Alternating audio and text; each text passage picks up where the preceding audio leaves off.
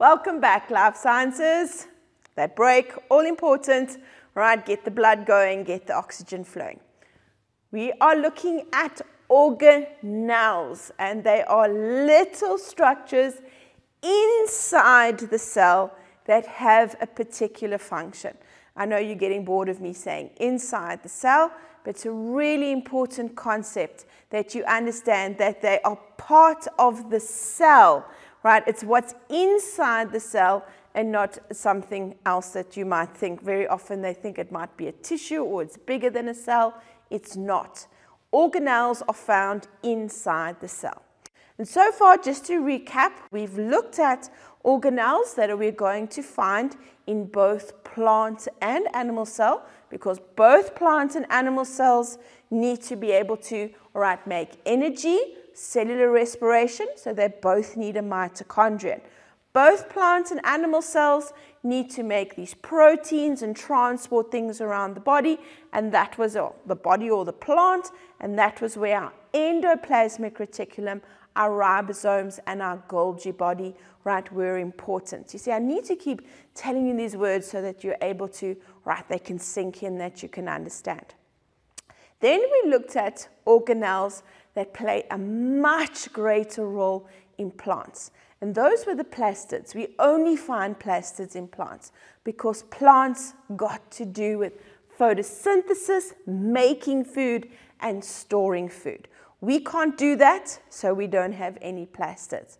Plants are also really reliant on a large vacuole, to store water, to be able to store the water and the minerals. But that's really important. Plants use this vacuole, to have what we call turgidity, to keep its shape. We're now going to look at some organelles that we're going to find more, commonly in animal cells than we would in plant cells. We usually do not find them when we look at a plant cell. They're not necessary at all. All right, so what are we going to look at? We're going to look at, the first one is a lysosome. Now, a lysosome is actually a bit of a vacuole. And what the lysosome does is, let me go quickly, I'll go back. What the lysosome does is that the lysosome, is this little membranous structure. As you can see, it's got a membrane. But what it's got inside is these digestive enzymes. Okay, now what do we mean by these digestive enzymes? Digestive enzymes, means that these enzymes can break things down, or destroy something. And what do we mean by break things down? Now I want you to put it into concept. How I'm going to draw over here, I'm going to draw this little cell, and what it is a white blood cell. I'm just giving you a bit of how it could work. Now, a white blood cell, what is its main function? It's to destroy bacteria. It can gobble up viruses, etc. But then once it eats it, so here's something that it needs to eat. Once it eats it and it brings it into the body, how does it break it down? Hello, in comes a lysosome. A lysosome has got digestive enzymes in.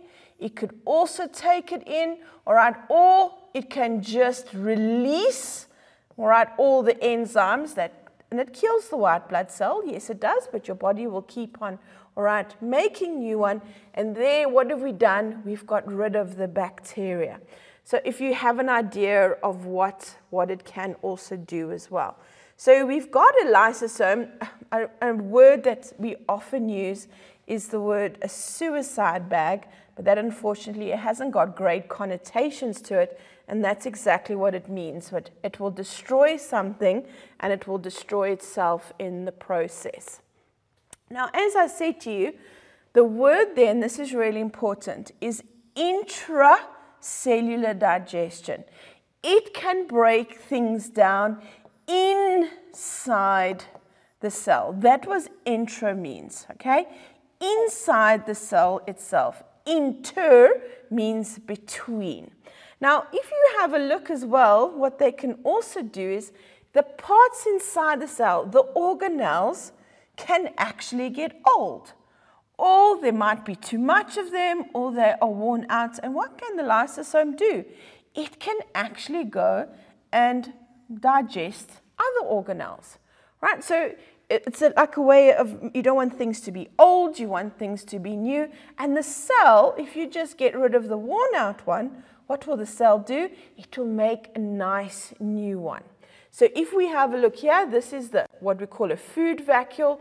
So if a plant, not so much a plant, sorry, an animal eats something, the lysosome can digest it. Right, remember when we're looking at little cells, some very not complex organelles, like a very small amoeba, they're only one cell, but what do all animal cells need to do? They need to eat, which means they need to digest. So you'll find these are quite important. And I also said here, as we said, destroying invasive bacteria and viruses. So that is quite important, because when we need to get rid of something that can help our, well, not so, they're bad for our body, we need to get rid of it. Okay, so there we go. Usually, as I said to you, digesting, breaking down, very often a cell needs to die. You need to understand that concept, all right, that it does. Cells live, cells die out, and the lysosomes are going to play a role when it comes to that. Now, the next organelle that we're going to look at is going to be called a centriole. And these, very often, it's a difficult concept to understand, but it also is really important that you understand what the role is, because after cells, you guys are going to look at this concept of mitosis. And what mitosis is how a cell divides. Now, what we have is, what a centrioles are, is as you can see there, they always come in pairs. There's two of them.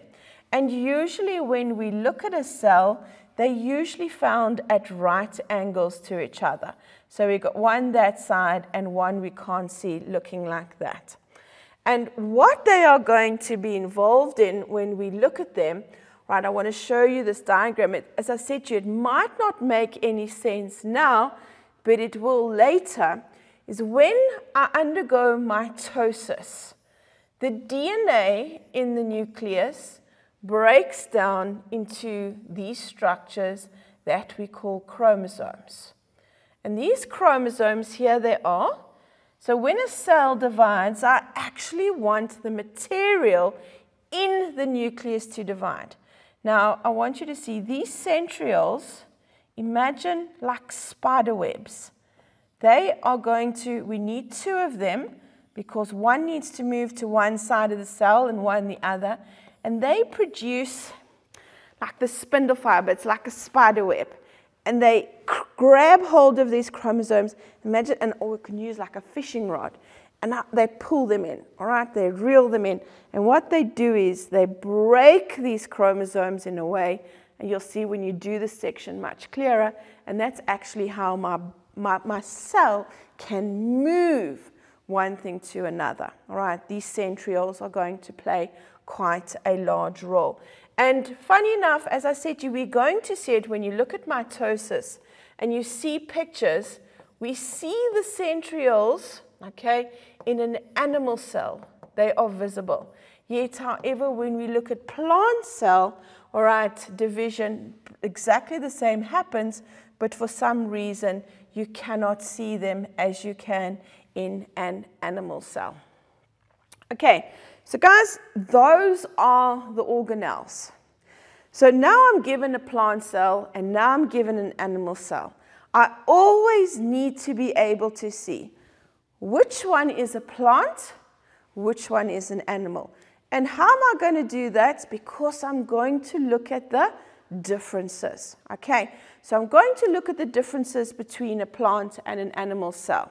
So when it comes to the differences between the two, what I need you to often be able to do, please, is to tabulate, right? Is to tabulate what is found in an animal cell, what is found in a plant cell, and you will see here.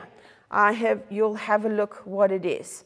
Right, so what do I find? A plant cell has a cell wall. All right, it has a large vacuole, and it has a chloroplast. So obviously, my animal cell doesn't have no cell wall, no large vacuole, no chloroplasts. Right, what does my animal cell have? My animal cell has a centriole. Right, it has a lysosome. What does my plant cell have? No centriole and no lysosome. Okay, guys, very important. Now, what I want to show you is I'm going to go to this website, and I think it's going to be a huge, big help for you. All right.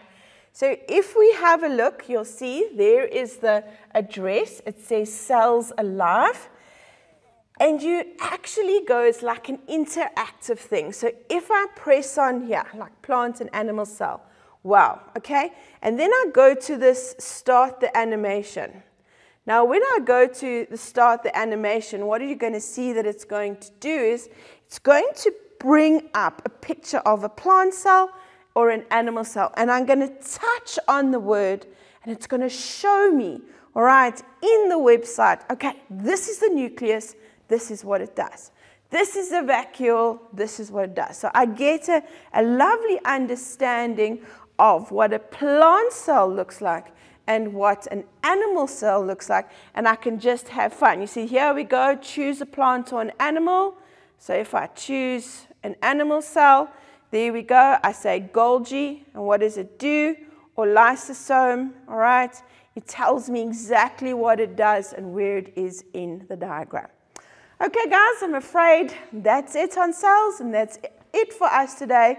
Until next time, cheerio, bye.